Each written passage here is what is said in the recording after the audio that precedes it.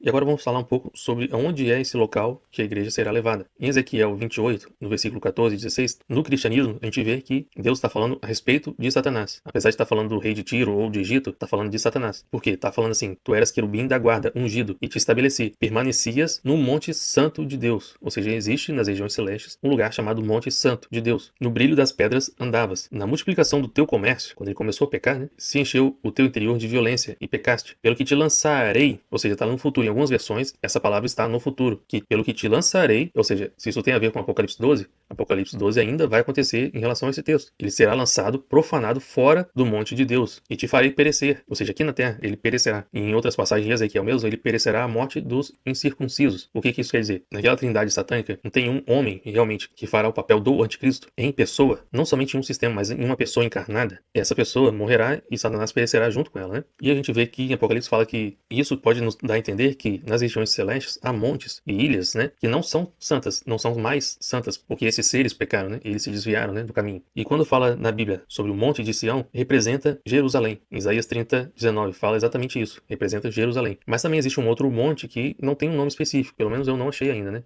Esse monte de Sião que representa Jerusalém, em algumas passagens pode ser que está se referindo à Nova Jerusalém, que é celestial, pode ser que sim, mas a princípio se trata de Jerusalém. Em Isaías 25:7 diz assim: destruirá neste monte a coberta que envolve todos os povos e o véu que está posto sobre todas as nações. Neste monte será destruído este véu. Então vamos recapitular o que está nas outras profecias, em que em Isaías 34:4, em Apocalipse 6:14, fala que os céus eles se enrolarão como um pergaminho. Não quer dizer que será destruído, será enrolado para depois ser destruído. Seria tipo essa a ordem, né? Porque quando realmente for destruído este véu, eu creio que será neste momento em que todos aqui na terra conseguirão ver Jesus vindo em glória, com poder e grande glória. Então, quando esse véu realmente for destruído, eles vão conseguir ver com os próprios olhos. Porque agora nós não conseguimos. Existe esse véu que nos impede de ver. Mas esse mesmo véu será destruído. E eu imagino que será nesse mesmo momento em que haverá a ressurreição. Porque os que estiverem vivos aqui, os selados, terão seus corpos transformados em glória e encontrarão com Cristo nos ares. Ou seja, ele está vindo. E todos os que estiverem aqui vão conseguir ver. Inclusive aqueles que traspassaram Jesus, que mataram a ele, de verdade. Ou seja, eles ressuscitarão e ficarão aqui na terra, e verão. Então haverá ressurreição para a vida e para a vergonha eterna. Eles ressuscitarão e ficarão aqui e verão Jesus vindo com seus próprios olhos.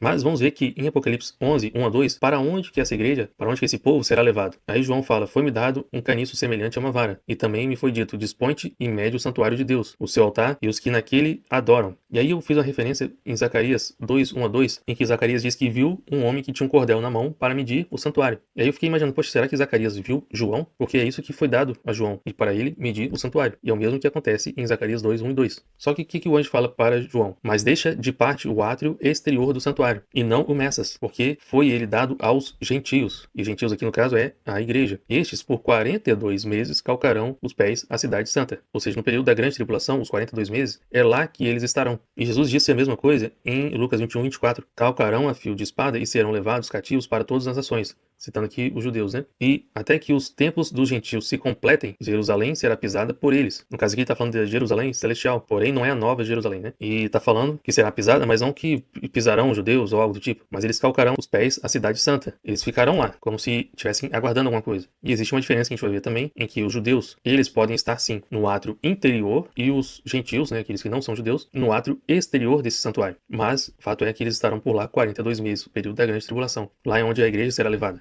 Mas qual é o motivo que o anjo fala para João não medir o átrio exterior? Por que não medir? Lembra que a gente já falou que a medida da muralha, né, é a mesma que o número dos selados? Então esses muros representam os selados. E aí, como eles serão lançados à terra, e João está tendo a visão de algo celestial, esses muros, eles não estarão lá, eles estarão faltando, né? Por isso que, como os selados não estarão lá, não estará completo. Por isso que o anjo fala, não meças, porque estaria incompleta essa medida, né? E vamos ver isso também agora em Zacarias 2:4-6. E lhes disse: corre, fala a este jovem, Jerusalém será habitada como aldeias sem muros. Naqueles 42 meses, é como se eles não tivessem muros, por causa da multidão de homens e animais que haverá nela. Pois eu lhes serei, diz o Senhor, um muro de fogo ao redor deles. Eles estarão fora da vista da serpente, nas regiões celestes, onde o diabo e seus anjos perderam seus lugares. E eu mesmo serei no meio dela a sua glória. O próprio Deus estenderá sobre eles o seu tabernáculo. Ele fala: fugi agora da terra do norte, diz o Senhor, porque vos espalhei como os 4 ventos do céu, diz o Senhor. Está falando ali dos selados. Eu espalhei vocês pelos 4 ventos do céu. Em Isaías 26:15. Tu, Senhor, aumentastes o povo. Esses gentios que chegaram agora no átrio exterior, né? Aumentastes o povo e tem sido glorificado. A todos os confins da terra dilatastes. Então, realmente não messas, porque seria uma medição imprecisa, né? Mas não é somente por conta de uma medição imprecisa ou não, mas é porque está indicando algo, um motivo do qual, o porquê que não deve ser medido, porque esses selados ainda não chegaram lá, estaria incompleto. Está revelando um princípio, uma verdade, para a nossa interpretação aqui. Em Miqueias 7, 11 a 13. No dia da reedificação dos teus muros, nesse dia, serão os teus limites removidos para longe. Nesse dia virão a ti, desde a Síria até a cidade do Egito, e do Egito até o rio Eufrates, e do mar até mar, e da montanha até montanha. Lembra daquelas duas montanhas que a gente tinha falado anteriormente, acho que em Zacarias? Todavia, a terra será posta em desolação, por causa dos seus moradores, por causa do fruto das suas obras. Ou seja, esses limites, né, esses muros, eles foram lançados, removidos para longe, mas eles vão retornar. Por isso que não messas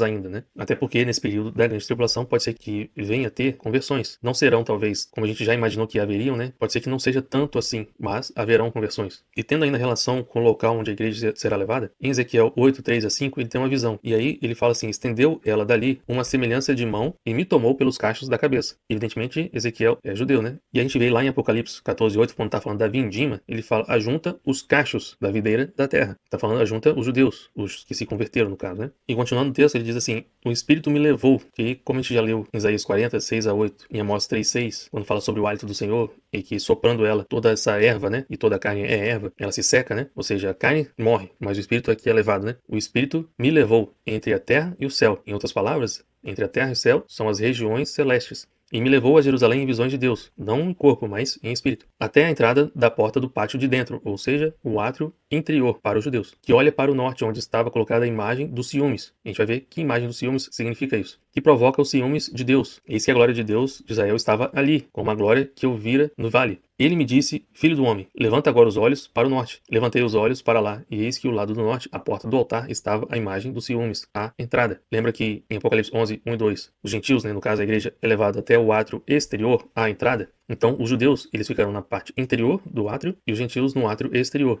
Porém, se você for continuar no texto aqui de Ezequiel, vai parecer que essa imagem dos ciúmes, seria a igreja, seria como se fosse uma abominação. Como a profecia está tratando de dois momentos diferentes, então por que se assemelha a abominações à igreja, né? Porque em Atos a gente vê que a visão que o apóstolo Pedro tem e que vem da parte de Deus, desce dos céus um lençol gigante cheio de animais impuros. E naquela visão ali, Pedro estava com fome, ele queria comer. E aí veio com essa visão assim, cheio de animais impuros e uma voz vindo do céu dizendo para ele comer. E como ele sendo judeu não podendo comer esses animais impuros, ele fala: não, Senhor, não posso, não me é lícito, não é permitido, é um pecado para mim, é uma abominação para mim. Porém, como nessa visão Deus está tratando esses animais comparando com os gentios, Deus fala assim: não considere impuro o que Deus purificou. Ou seja, tinha a semelhança de uma abominação para os judeus, mas se Deus purificou, não é mais. Porém, como Deus purificou e os judeus vendo isso gera um ciúmes, um zelo, né? Por isso é a imagem dos ciúmes. Mas isso também é cumprimento de Deuteronômio 32, 21, em que Deus avisa que ele provocaria zelos a Israel com aquele que não é povo. Ou seja, a igreja não é um povo, né? Não é uma nação. Uma louca nação. Um pessoal meio doido mesmo, né? Um pessoal que parece que fala um monte de coisa que eles não entendem. Parece que para eles não fazem muito sentido. Sendo que em Isaías 26 já estava profetizando que os gentios iriam falar para eles: onde está o descanso? Quem é o descanso? E a igreja está falando: Jesus é o descanso, porque Jesus diz: vinde a mim todos os que estáis cansados e sobrecarregados, e eu vos aliviarei de toda essa carga da lei, né? Porque o cumprimento da lei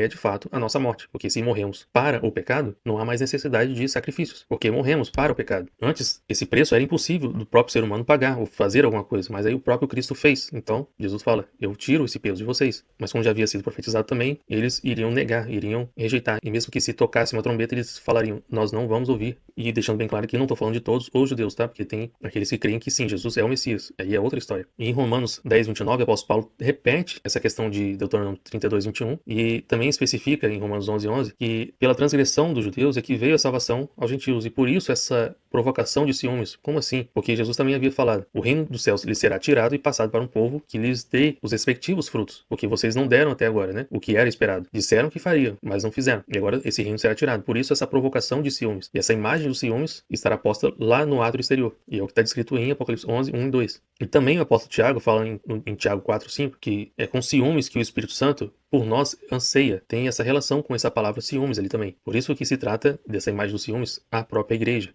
E onde mais a gente pode ver essa montanha ou átrio que possa existir nessas regiões celestes, né? Em Apocalipse 21, 9 a 10, fala algo que parece passar batido, porque fala assim, João dizendo, né? Então veio um dos 7 anjos que tem as 7 taças cheias dos últimos 7 flagelos, e falou comigo dizendo: vem, mostrar-te-ei a noiva, a esposa do Cordeiro. E me transportou em espírito até uma grande e elevada montanha, e me mostrou a santa cidade, Jerusalém, que descia do céu da parte de Deus. Olha só. Ele foi transportado em espírito, não foi em carne. Por isso que a igreja, quando for poupada da grande tribulação, é em espírito que isso acontece, não em carne, não em corpo. Foi transportada a uma grande e elevada montanha. Essa montanha, grande e elevada, que não tem nome a princípio, é de lá, dessa montanha, que ele vê a Jerusalém celestial descendo do céu. Ele não está na própria Jerusalém celestial descendo com ela, mas ela vê essa cidade descendo a partir desta montanha. É lá que a igreja estará. Esse átrio tem essa comunicação com esse átrio exterior, em que os gentios, no caso a igreja, ficará lá por 42 meses, sendo sustentada por Cristo ali. Um lugar já preparado para isso. Então, assim, percebem que tem várias coisas que se conectam com isso e é difícil de conectar, difícil de perceber.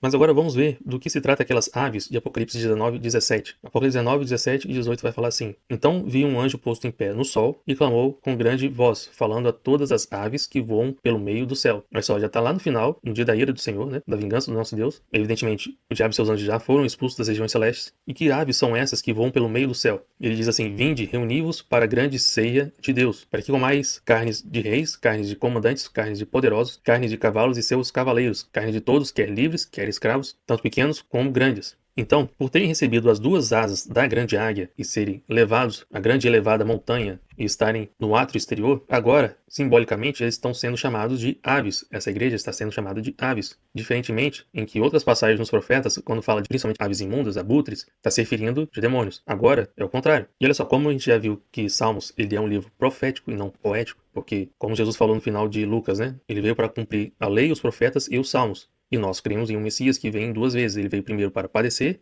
e depois para vencer. Então, como já identificaram os salmos chamados salmos messiânicos, é preciso identificar os outros salmos que se trata da segunda vinda do Senhor. E aí, Salmos 23:5, o que Davi fala? Preparas-me uma mesa na presença dos meus adversários. Ele não fala aqui que os adversários se converteram. Eles continuam ainda sendo adversários. E não é aqui uma mesa de reconciliação, propriamente dita. Mas o caso é a paga. E a gente vai ver que paga é essa, porque, como a gente está vendo aqui em Apocalipse 19, 17, o anjo falando, reuni-vos para a grande ceia de Deus. E Salmos, Davi já está falando, preparas-me uma mesa na presença dos meus adversários. E tudo isso se trata da paga do que está escrito em Salmo 79. Eu separei aqui apenas 2 versículos, mas todo ele seria bom de ser lido. Diz assim: deram os cadáveres dos teus servos possível às aves dos céus. Nesse caso aqui, aves do céu está se tratando dos principados e potestades e dominadores que atuam nas regiões celestes. E a carne dos teus servos, às feras da terra, aos demônios. Fera também em Apocalipse tem a ver com demônio. Derramaram como água o sangue deles ao redor de Jerusalém, e não houve quem lhes desse sepultura. E essa vai ser a paga de como trataram os santos, como derramaram o sangue dos santos. E isso está acontecendo lá em Apocalipse 19, em que a carne agora deles é que serão derramadas. E não somente isso, mas se a gente vê em outros profetas, se não me engano, em Isaías, em outros também, não só em Isaías, o corpo dessas pessoas ficarão expostas por muito tempo, talvez eternamente, em que as pessoas conseguirão passar por ali e ver aquela vergonha do que aconteceu, a paga, a justiça divina. Isso nunca vai ser apagado. Então, assim como fizeram com os santos, em que não houve sepultura para eles, assim também vai acontecer para estes. E tem uma relação interessante também com Cantares, capítulo 2, versículos 10 a 14. É como se fosse a igreja falando, O meu amado fala e me diz, levanta-te, querida minha, formosa minha, e vem, porque eis que passou o inverno, ou seja, a grande tribulação agora passou, Aquele momento de trevas ali, de frio, de escassez. Cessou a chuva e se foi. Aparecem as flores na terra. Chegou o tempo de cantarem as aves. Lembra daquelas aves que vão se juntar para a grande ceia do Senhor? E que também haverá aquele cântico que somente os selados conseguirão cantar, um novo salmo, E a voz da rola ouve-se em vossa terra. A figueira começou a dar seus figos, e as vides em flor exalam o seu aroma. Levanta-te, querida minha, formosa minha, e vem. E olha só outra simbologia, pomba minha. E em Salmos tem pelo menos um momento que eu lembro que fala também dessa pomba subir, ser elevada. E continua, que essa pomba que anda pelas fendas dos penhascos no esconderijo das rochas escarpadas. Elas estão nas regiões celestes, nesse monte que aparentemente não tem nome, E eu achei essa analogia interessante com esse